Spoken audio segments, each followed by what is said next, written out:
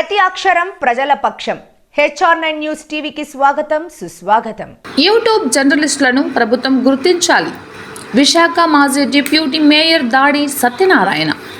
Visakhapatnam YouTube జర్నలిస్టులను ప్రభుత్వం గుర్తించాలని, చరిత్రలో నిలిచిపోయే కూటమి ప్రభుత్వ ఏర్పాటుకు యూట్యూబర్స్ కీలకంగా వ్యవహరించారని, ప్రజా సమస్యలను గుర్తించడంలో యూట్యూబర్స్ ఉన్నారని, వీరిని ముఖ్యమంత్రి చంద్రబాబు నాయుడు, ఉప ముఖ్యమంత్రి పవన్ కళ్యాణ్ ప్రత్యక్షంగా గుర్తించి సమస్యల పరిష్కారానికి, సంక్షేమానికి తోడ్పాటు ఇవ్వాలని సీనియర్ టీడీపీ నాయకులు విశాఖ మాజీ డిప్యూటీ మేయర్ దాడి సత్యనారాయణ కోరారు. ఆదివారం విశాఖ నగరంలో అక్కయ్యపాలెం సుందూర ఫంక్షన్ హాల్లో జరిగిన జై అసోసియేషన్ లోగో ఆవిష్కరణకు ఆయన ముఖ్య అతిథిగా హాజరయ్యారు. ఈ కార్యక్రమానికి గౌరవ అతిథిగా హాజరైన senior journalist Sunkara Chalapathirao, journalist association of youtubers జై అధ్యక్ష కార్యదర్శులు యువి రావు, ఉప్పిని వలస సంజయ్ రెడ్డితో కలిసి అతిథులు జై లోగోను ఆవిష్కరించారు. యూట్యూబ్ జర్నలిస్టులను గుర్తించాలని త్వరలో జిల్లా కలెక్టర్కు సంఘం సభ్యులతో కలిసి వినతి పత్రం ఇవ్వనున్నట్టు దాడి సత్యనారాయణ ప్రకటించారు. సీనియర్ జర్నలిస్ట్ సుంకర చలపతిరావు మాట్లాడుతూ, జర్నలిస్టులు నిబద్ధతతో వృత్తి నైపుణ్యం పెంచుకోవాల్సిన అవసరం ఎంతైనా ఉందని పునరుద్ఘాటించారన్నారు. ఈ సందర్భంగా అతిథులకు జై సంఘ సభ్యులు ఘనంగా సత్కరించారు. అనంతరం జై అసోసియేషన్లో చేరిన నూతన కార్యవర్గ సభ్యులకు గుర్తింపు కార్డులను పంపిణీ చేశారు. జిల్లా సంఘం ఏర్పాటుకు సన్నాహాలు చేసినట్లు జై సంఘం ప్రధాన కార్యదర్శి సంజయ్ రెడ్డి ప్రకటించారు. ఈ కార్యక్రమంలో జై కార్యవర్గ సభ్యులు మహేష్, గోవింద్, ఎంజీఆర్, పవన్, శ్యామ్, రమేష్, నిషా, ఎం శంకర, గాజువాక, పీవీఎన్ తెలుగు మీడియా, నిర్మల జ్యోతి, జీవనాథ్, మన వైజాగ్, గాజువాక నుండి అధిక సంఖ్యలో జర్నలిస్టులు తదితరులు పాల్గొన్నారు.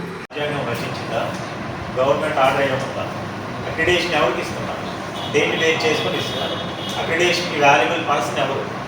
సాధారణంగా ఒక డిపిఆర్ఓ అక్రిడేషన్ ప్రొవైడ్ చేయాలని అంటే పేపర్ ఆర్ఎన్ఐ ఉందా, ఈవినింగ్ పేపరా, డైలీ పేపరా, మంత్లీ పేపరా, వీక్లీ పేపరా, అది సంబంధిత కార్యాలయాలకి ఒక డిపిఆర్ఓ ఆఫీస్కో, కలెక్టర్ ఆఫీస్కో, లేకపోతే జీఎంసీ కార్యాలయానికో గవర్నమెంట్ అఫీషియల్స్ ఏవైతే ఉన్నాయో వాళ్ళకి ఎన్ని పేపర్స్ చేస్తున్నారు అనే దాన్ని ఆధారంగా చేసుకొని జిల్లాకి ఇన్నో, రాష్ట్రానికి ఇన్నో కొన్ని అక్రిడేషన్ అనేది ప్రొవైడ్ చేస్తారు. అలాగే శాటిలైట్ ఛానల్స్ యొక్క నియమ నిబంధనలు ఆధారంగా చేసుకొని దేంట్లో ప్లే అవుతుంది, శాటిలైట్ ఛానల్ లేదా ఏపీ పేపర్ వస్తుందా, లేదా లోకల్ కేబుల్ నెట్వర్క్లో వస్తుందా, ఎంతమంది సబ్స్క్రైబర్స్ ఉన్నారు, వాళ్ళు ఏ రకమైన బులెటిన్స్ని ప్రొవైడ్ చేస్తున్నారు అనే దాన్ని ఆధారంగా చేసుకొని అక్రిడేషన్ అనేది ప్రొవైడ్ చేస్తారు. అక్రిడేషన్కి జర్నలిజానికి సంబంధమే లేదు. ప్రభుత్వం ద్వారా వచ్చే కొన్ని పథకాలను వాళ్ళు నిరంతరం ₹1 కూడా జీతం లేకపోయినా ప్రజలకు ప్రభుత్వానికి మధ్య వారధిగా ఉన్నాడంటూ ఏదో ఒక మెడికల్ అలవెన్సెస్ అది కానీ, లేదా ఒక 2 సెంట్లు 3 సెంట్లు ఇల్లు ఇవ్వాలని, లేదా తను నిర్ణీత ప్రదేశాలకు ట్రావెల్ చేస్తారు ఒక బస్ పాస్లో రాయితీ అని కానీ, దాని కొరకే మాత్రమే ఉపయోగపడుతుంది తప్ప దేనికి ఉపయోగపడదు. ఇది అందరికీ తెలిసిన విషయం. అక్రిడేషన్కి జర్నలిజానికి సంబంధం లేదు మొదటి. కానీ ఈ రోజుల్లో మన తోటి పాత్రికేయ వ్యక్తులే అంటారు అక్రిడేషన్ ఉంటేనే జర్నలిస్టా, అక్రిడేషన్ లేదు నీకు, నువ్వు జర్నలిస్ట్ కాదని అంటాడు. అంటే అతను పీజీ పిహెచ్డీ చేసి వచ్చాడా? మీరు చెప్పండి, జర్నలిజంలో పీజీ పిహెచ్డీ చేసి అతను వచ్చాడా? యూట్యూబర్గా వెళ్తాడు, తినేమి 10th క్లాస్ ఇంటర్మీడియట్ చదువుకుని వెళ్తాడా? తను అదే చలపతిరావు గారికి, అలాగే గౌరవనీయులు పెద్దల రాజ సత్యనారాయణ గారికి, సంజయ్ రెడ్డి గారికి, రావు గారికి అందరికీ నమస్కారాలండి. పాత్రికేయ సోదరులు, మిత్రులు ప్రతి ఒక్కరికి కూడా నమస్కారం తెలియజేస్తున్నాను. నా పేరు జ్యోతి పవన్ అండి. నేను ఫ్రీలాన్సర్ జర్నలిస్ట్ అండి. నేను జర్నలిజం చేయలేదు సార్. నేను కొన్ని మాటలు మాట్లాడదాం అనుకుంటున్నాను. అవకాశం ఇచ్చినందుకు మరొకసారి ధన్యవాదాలు తెలియజేసుకుంటున్నాను సార్. నేను జర్నలిస్ట్ ఫీల్డ్లోకి వచ్చి ఈ ఆల్మోస్ట్ 2 to 3 years అవుతుంది. 3 to 2 years అవుతుంది. నేను జర్నలిస్ట్గా రాలేదండి. నేను జర్నలిజం చదవలేదు. నేను ఒక ప్రొఫెషనల్ యాంకర్ని. గత 12 సంవత్సరాలుగా నేను కొరియోగ్రాఫర్ క్లాసెస్ చెప్తూ పొలిటికల్ ఈవెంట్స్కి, నార్మల్ ఫ్యామిలీ ఫంక్షన్స్కి, ఈవెంట్స్కి, కార్పొరేట్ ఈవెంట్స్కి యాంకర్గా హోస్ట్ చేస్తున్నాను. ఒకనొక రోజు నాకు ఒక మంచి అవకాశం వచ్చింది. ఒక ఛానల్లో ఒక ఫేమస్ పర్సనాలిటీని ఇంటర్వ్యూ చేయాలి. ఆ రోజు మొదలుకొని ఈరోజు ఆల్మోస్ట్ అందరూ ఎమ్మెల్యేలు, ఎంపీలు, ఫేమస్ పర్సనాలిటీస్ ఎందరినో ఇంటర్వ్యూ చేశాను. ఎన్నో ఛానల్స్కి వాయిస్ ఓవర్ ఇచ్చాను. ఎన్నో ఛానల్స్లో బులెటిన్స్ ఇచ్చాను, అలాగే డిబేట్స్లో కూర్చున్నాను. చదువుకోకపోయినా దేవుడి దయ వల్ల నేను జర్నలిస్ట్గా చల్లమని అవుతున్నాను. ఈ రోజు వరకు సార్ చలపతిరావు గారు, నేను మొదటిసారిగా జర్నలిస్ట్ అంటే ఏంటి, జర్నలిస్ట్ ఏం చేయాలి మీ దగ్గర మాత్రమే విన్నాను. తప్పుగా అనుకోవద్దండి, ఇప్పటి వరకు చాలామంది శాటిలైట్ ఛానల్లో వర్క్ చేసే జర్నలిస్ట్తో కలిసి తిరిగాను, పని చేశాను. కానీ నేను తెలుసుకుంది జర్నలిజం అంటే ఎక్కడైనా 2 అంతస్తులు 3 అంతస్తులు మాత్రమే బిల్డింగ్ పర్మిషన్ ఉన్న ప్లేసెస్లో 4వ అంతస్తు ఇంకెవరైనా కట్టారు అంటే అక్కడ మైక్ పట్టుకొని జర్నలిస్ట్ అటు ఇటు తిరగాలి. ఫస్ట్ పాయింట్ అండి నేను తెలుసుకుంది. రెండోది, రేషన్ రైస్ విపరీతంగా అమ్ముకుంటున్నారు. సో ఎవరైతే కొంటున్నారో ఆ పరిసర ప్రాంతాల్లో మనం మైక్ పట్టుకొని తిరిగితే అది నేను జర్నలిస్ట్, అతనే జర్నలిస్ట్. ఎక్కడైతే మీడియా ప్రెస్ మీట్లు జరుగుతాయో ప్రెస్ మీట్ అవ్వగానే ఎగబడి స్నాక్స్ తీసుకొని స్నాక్స్ కొన్ని బ్యాగ్లో దాచుకొని ఆ తర్వాత పిఆర్ఓ ఎక్కడున్నారో వెళ్ళి నేను ఫలానా ఛానల్ నుంచి వచ్చాను, ఇది నా ఫోన్ నెంబర్, ఇది నా ఫోన్పే నెంబర్ అని ఇస్తేనే జర్నలిస్ట్. అలాగే ఎలక్షన్ టైంలో ఎప్పుడూ బయటికి రాకుండా, ఎప్పుడు ఏదో ఒక ఛానల్ దగ్గర ఎవరో ఒక దగ్గర మనం ఫీల్డ్ తీసుకుంటాం, కానీ ఎలక్షన్లో మాత్రం అన్ని నాయకుల దగ్గరికి వెళ్ళి మన లోగో చూపించి, సార్ మనకి ఏం లేదా, సార్ కొంచెం మమ్మల్ని గురించి ఆలోచించండి, సార్ ఏదైనా అయితే బాగుంటుంది, చూస్తే బాగుంటుంది, పట్టించుకుంటే బాగుంటుంది అని మాత్రమే ఈ రోజు వరకు నేను చాలామంది జర్నలిస్టుల నుంచి నేర్చుకున్నాను. దయచేసి క్షమించాలి. మొదటిసారిగా జర్నలిస్ట్ ఆలోచించే కోణాన్ని మార్చాలి అని మీ దగ్గర మాత్రమే విన్నాను. అలాగే నేను ఎవరితో అయితే పనిచేశానో వాళ్ళతో ఎప్పుడు కూడా కొత్త అమ్మాయి, నేను ఇక్కడున్న వాళ్ళందరిలో నేను చాలా చిన్నదాన్నండి, కొత్తగా వచ్చాను, నాకు పెద్దగా జర్నలిజం గురించి తెలీదు, మీ అంత సీనియర్ కాదు, మీరు చేసినటువంటి పెద్ద పెద్ద వర్క్స్ నేను చేయలేదు. అందుకని వాళ్ళందరి దగ్గర నుంచి ఒక చిన్న చూపు చులకన భావం అనుభవించిన దాన్ని మొదటిసారిగా అందరూ సమానులే, వార్తని మన కోణంలో చూసి ఆ సమస్యని పరిష్కరించాలనే ఆలోచన ఉన్న ప్రతి ఒక్క జర్నలిస్టే, దానికంటూ వేరేగా కొమ్ములు పట్టాలు ఉండవు అని చెప్పారు. Thank you so much. So ఈ విధంగా జర్నలిస్ట్ కాకుండా నాలాంటి అప్కమింగ్ చాలామంది ఉన్నారండి. సో నేను వచ్చి ఈ 3 సంవత్సరాల్లో ఏం తెలుసుకున్నానంటే నేను నిజంగా ఇదే తెలుసుకున్నాను, ఈ కోణాన్ని మనం మార్చాలి. ఈరోజు వంటలు చేసే యూట్యూబర్స్, ప్లేసెస్ని ఎక్స్ప్లోర్ చేసే యూట్యూబర్స్, అన్నెసరీ టాక్స్ మాట్లాడే యూట్యూబర్స్ ఫేమస్ అండి, కానీ ఎప్పుడు నిజం చెప్పి జర్నలిస్టులు ఫేమస్ అవ్వలేదు ఇప్పుడు వరకు. విషయాల్లో వికీపీడియాలో చూసుకుని రికార్డు చేసి పేపర్లో కటింగ్ చేసుకుని దాచుకునేవాడు.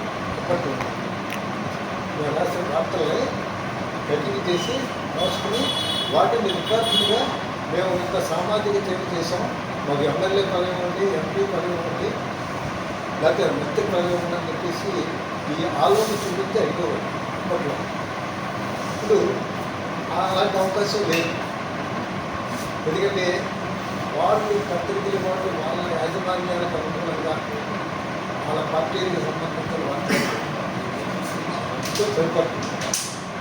ఇప్పుడు యూట్యూబ్లో ఉన్నటువంటి ఇవన్నీ రికార్డ్ చేసి వీళ్ళు తీసుకెళ్ళి చూపించారు. పార్టీ టికెట్ కావాలన్నా, ఎమ్మెల్యే కావాలన్నా, మంత్రి పదవి కావాలన్నా. యూట్యూబర్స్కి నా అనుభవంగా నేను చెప్పేది ఒకటే, ప్రజల గురించి మీరు నిజాయితీగా వాళ్ళ సమస్యల్ని ఫోకస్ చేసినట్లయితే ఖచ్చితంగా మీకు భవిష్యత్తు ఉంటుంది. ప్రజల గురించి ఎవరు పనిచేస్తారో వాళ్ళకే భవిష్యత్తు ఉంటుంది. పార్టీలు కావచ్చు, నాయకులు కావచ్చు, ప్రింట్ మీడియా కావచ్చు, ఎలక్ట్రానిక్ మీడియా కావచ్చు, ఏ మీడియా అయినా సరే, ఏ వ్యక్తి అయినా సరే గుర్తింపు రావాలంటే ప్రజల గురించి పనిచేయాలి, వాళ్ళ సమస్యల మీద దృష్టి పెట్టాలి. వాళ్ళ అంటే మీరు ప్రజల్లో ఉండాలి, నిరంతరం ప్రజల్లో ఉండి ప్రజల తాలూకా సమస్యల్ని ఫోకస్ చేయాలి. చాలామంది చాలా కార్నర్స్ కానీ మెయిన్ రోడ్లో వెళ్ళినప్పుడు కనబడేటటువంటి దృశ్యాలనే చిత్రీకరిస్తారు. కానీ అలా కాదు, రోజు ఒక ఏరియా పెట్టుకుని ఆ ఏరియాలో ఇంటీరియర్కి వెళ్ళి వాళ్ళు ఎదుర్కొంటున్న సమస్యలను ఇంప్రూవ్ చేసి మీరు ఫోకస్ చేయాలి. ఫోకస్ చేసినట్టే ఖచ్చితంగా ఏదో ఒక రోజు అది వెలుగులోకి వస్తుంది. ఎందుకంటే ఆల్రెడీ రికార్డ్ అయిపోయినటువంటి సమస్య కాబట్టి ఆ సమస్య ఉందని సంబంధిత అధికారికి కూడా లింక్ పెట్టండి, లేకపోతే సంబంధిత మంత్రికి కూడా లింక్ పెట్టండి. ఖచ్చితంగా ఎవరో చూస్తారు. మీరు ప్రజల తరపున పనిచేయండి. ప్రజల సమస్యలు అనంతం. సమస్య లేకుండా సమాజం లేదు. మరి సమాజానికి ఎప్పుడైతే మీరు దగ్గర అవుతారో, సమస్యల ద్వారా సమాజానికి ఎప్పుడైతే దగ్గర అవుతారో అప్పుడు మీకు గుర్తింపు వస్తుంది. ఆటోమేటిక్గా మీకు గుర్తింపు వచ్చినప్పుడు మిమ్మల్ని ఎందుకు వాళ్ళే వస్తారు. మీకు ఒక సమస్య చెప్పాలంటే మా ఏరియాలో ఈ సమస్య ఉంది, లేకపోతే మా ఏరియా నన్ను కొనడానికి చెప్తున్నాడు అని చెప్పేసి అలాంటి ఏదైనా పట్టణ విషయాలు కానీ, వీధిలో సమస్యలు కానీ, గ్రామ సమస్యలు కానీ, ఆ నియోజకవర్గ సమస్యలు కానీ వాళ్ళ మీతో చూడడానికి వస్తారు. ఇప్పుడు మీ విజయంగా ఉండి మీరు ఆ సమస్యని అర్థం చేసుకుని మీ ముందు మీ ఏరియాలో ఉన్నటువంటి అన్ని పార్టీల నాయకుల్ని, తర్వాత ముఖ్యమైనటువంటి కుల సంఘాలు, పార్టీ సంఘాలు ఇలాంటివన్నీ చాలా ఉంటాయి. సాంస్కృతిక సంస్థలు ఇలాంటివన్నీ ఉంటాయి. వాళ్ళ దగ్గరికి వెళ్ళి పరిచయం తీసుకుని వాళ్ళకి సంబంధించిన విషయాన్ని, వాళ్ళ ప్రతిభని కానీ, వాళ్ళ సమస్యని కానీ, వాళ్ళల్లో ఉన్న టాలెంట్ని కానీ, ప్రతి వ్యక్తులు కూడా టాలెంట్ ఉంటుంది. అది మీరు బయటికి తీయచ్చు. విస్తృతమైనటువంటి అవకాశాలు మీకు ఉన్నాయి. అదే ప్రింట్ మీడియా, ఎలక్ట్రానిక్ మీడియాకి కొన్ని పేజీలే ఉంటే కొంత సమయమే వాడు కేటాయించగలరు. యూట్యూబర్స్ అలా కాదు కదా. మీరేం చేయాలి? మీ చుట్టూ ఉన్న సమాజంలో ముందుగా వేదిక నచ్చినటువంటి పెద్దలు, మా అందరికీ గురువర్యులు, మరి సీనియర్ పత్రికా ప్రతినిధి అయినటువంటి శంకర్ చలపతిరావు గారికి, వారి పాదాలకి ముందుగా నాకు నమస్కారాలు. అదేవిధంగా రెండో వ్యక్తి మరి యువి రావు. వీళ్ళు చిన్నప్పటి నుంచి నాకు తెలిసినటువంటి వాళ్ళు. వీళ్ళ సిస్టర్ కానీ తను కానీ చిన్నప్పటి నుంచి ఇందాక వచ్చినటువంటి సిస్టర్ బాగున్నారు. వాళ్ళ నాన్నగారు అంతా నాతో ఫాలో అయినటువంటి వాళ్ళు. మరి అలాగే యువి రావు, అదేవిధంగా స్టేట్ ప్రెసిడెంట్ సంజయ్ రెడ్డి గారు, వారికి ఈనాటి కార్యక్రమంలో పాల్పంచుకున్నటువంటి సోదర యూట్యూబర్స్ అందరికీ ముందుగా మీ అందరికీ నాకు నమస్కారాలు, శుభాకాంక్షలు తెలియజేస్తున్నాను. అదేవిధంగా ముఖ్యంగా ఈ రోజున జర్నలిస్ట్ అసోసియేషన్ యూట్యూబర్స్ అనేటువంటి సంస్థని మీరు పెట్టడం, అది ఈ రోజున లాంఛనంగా గౌరవనీయులు చలపతిరావు పెద్ద ఆయన నా చేతుల మీదుగా మీరు ప్రారంభోత్సవం చేయడం, మీ లోగోను ప్రారంభోత్సవం చేయించడం నిజంగా మా అదృష్టం. దీన్ని మనస్ఫూర్తిగా మీకు ఆశీర్వదిస్తూ ఇది సక్సెస్ఫుల్గా ఈరోజు చరిత్రలో చెప్పుకునే రోజుగా అవ్వాలని ఆ తిరుపతి వెంకటేశ్వర స్వామిని, సింహాద్ర పన్ని కనకమాల్సిందని కోరుతూ మీ అందరికీ శుభాకాంక్షలు తెలియజేస్తున్నాను. అయితే దీంట్లో పెద్ద ఆయన చలపతిరావు గారు తన అనుభవాల్ని, ఊరు పేర్లు, కులాల పేర్లు, కంపెనీల పేర్లు, వ్యక్తుల పేర్లతో చాలా చక్కనైనటువంటి సందేశాన్ని తప్పించారు. తన అనుభవం సామాన్యమైన అనుభవం కాదు. ఆయన తాలూకు అనుభవం చక్కగా చెప్పాడు. నేను ఈ యూట్యూబర్స్ ఏంటి, పెట్టడం వల్ల ఉపయోగం ఏంటి, అసలు మనకేమైనా గుర్తింపు వస్తుందా, మనం దీంట్లో సక్సెస్ అవుతాం అనేటువంటి అనుమానం మీలో చాలా మందికి ఉండొచ్చు.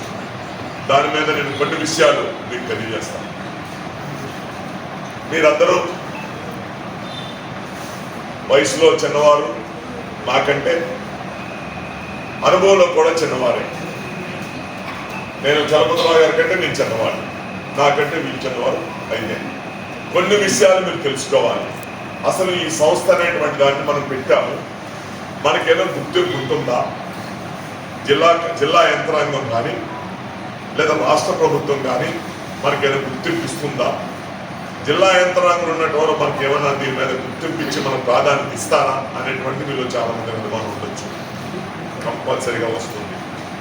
ఉదాహరణకి నేను చెప్తున్నా, నా వయసులో నేను చూసినటువంటి పేపర్లు చూస్తే మరి చలపతిరాజు చెప్పినట్టు ఒకానొకప్పుడు న్యూస్ పేపర్లు అనేటువంటివి విజయవాడలో ప్రింట్ అయ్యేవి. విజయవాడలో న్యూస్ పేపర్స్కి నాంది విజయవాడ.